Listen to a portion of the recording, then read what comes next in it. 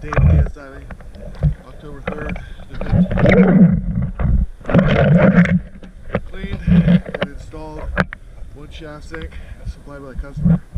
Also applied anti-fouling coating to the propeller and shaft provided by the customer.